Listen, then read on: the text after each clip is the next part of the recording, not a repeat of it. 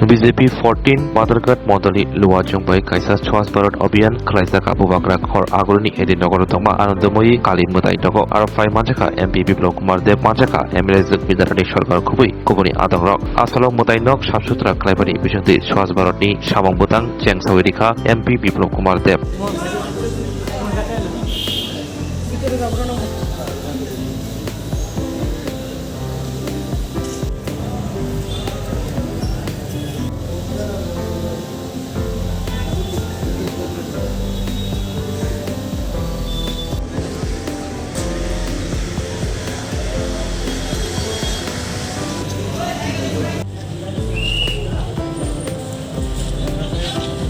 তেলেঙ্গা কর্মসূচির অধীনে অংশ নিলেন তো আগামী কি বার্তা দিবেন রাজ্যের মানুষকে?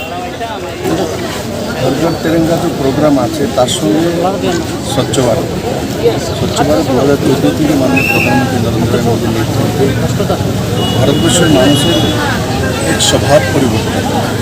আজকে আমরা যখন চলি রাস্তাঘাটে দেখবে আপনার চোখেও পড়বে না যে কোনো কিছু আপনি একটু বিস্কিট খেয়েছেন বা কলা খেয়েছেন চিল্কা ঠাস করে ফেলে দেবেন।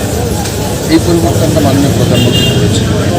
ওর জীবনে নিট অ্যান্ড ক্লিন থাকা, শুধু ঝাড়ু দেওয়াতেই নিট অ্যান্ড ক্লিন ট্রানজ্যাকশান যেটা ডিজিটাল ইন্ডিয়া এনেছে, এগুলো হয়ে গেছে, মানুষ সেগুলো অনুভব করতে পারে না। কিন্তু যখন পেছনে যাবে আমাকেও শিক্ষা দিতে হবে। আমি যে ছোটো ছিলাম তো বাসে মার সঙ্গে যেতাম, তো বিস্কিট খেতে খেতে মা খুদ বলতো বা বাসের কন্ডাক্টর বা সঙ্গে যে বসে গার্জিয়ান কেউ যদি থাকতো বলতো এই বিস্কিটটা খেয়েছো প্যাকেটটা বাইরে ফেলে দাও, শিক্ষা দাও। আজকে কোনো মা বা কোনো ছেলে এই ধরনের প্রশ্ন করে না, এই ধরনের কথাও বলে না। সেটা হচ্ছে স্বচ্ছ ভারতের মূল যে পরিবর্তন মাননীয় প্রধানমন্ত্রী করে দেখিয়েছেন। সেটি কঠিন কাজ, তার জন্য কোনো আইন কানুন বানানো হয়নি, কোনো ধারা নেই। তার জন্য আপনি ফেলে দিলে জরিমানা হবে, ভারতবর্ষে কোনো জায়গা নেই। কিছু কিছু জায়গা রেস্ট্রিক্টেড থাকে, কিন্তু এমনিতে রাস্তা দিয়ে যাওয়ার সময় আপনি বিস্কিটকে ফেলে দেবেন, তার জন্য জরিমানা ভর্তি করার সরকারের নেই। কিন্তু আজকে এই সিনটা আপনি দেখবেন, মাও এমন শিক্ষা দেন। এই যে জিনিসটা পরিবর্তন হয়েছে, এটা নরেন্দ্র মোদীর প্রেরণা হয়েছে, ওনার মাধ্যমে হয়েছে। আর তারই অঙ্গ হিসাবে আমার কালী মন্দির, পুরনো কালী মন্দির, সবাই সেই কালীমাকে মানে, আমিও মানি।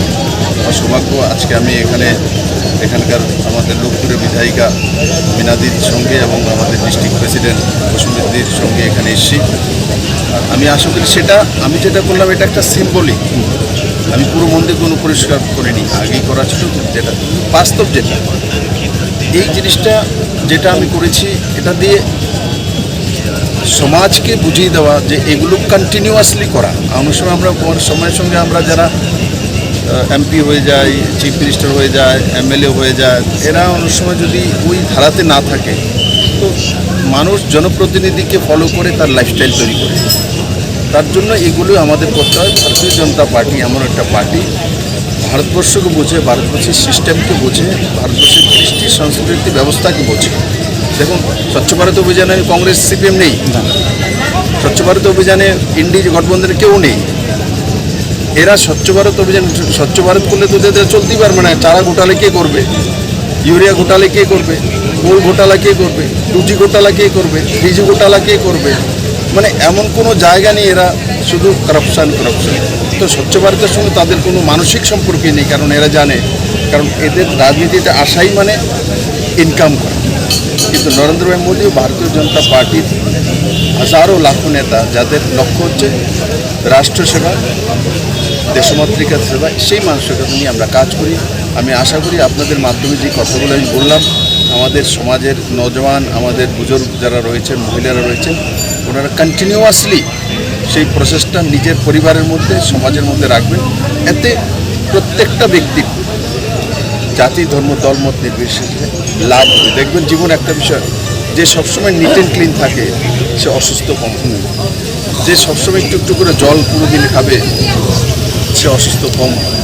এগুলোতে কোনো জায়গাতে পয়সা লাগে না, কোনো জায়গাতে পয়সা না, সব জাগরুকতা লাগে, অভ্যেস লাগে। আর এইটারই অঙ্গ হিসাবে আমি যেটা করেছি, আমি আশা করি সারা ত্রিপুরা রাজ্যবাসী সেই দিশাতে আর সেই মানসিকতায় কন্টিনিউয়াসলি আপনার জীবনশৈলী তৈরি করবে।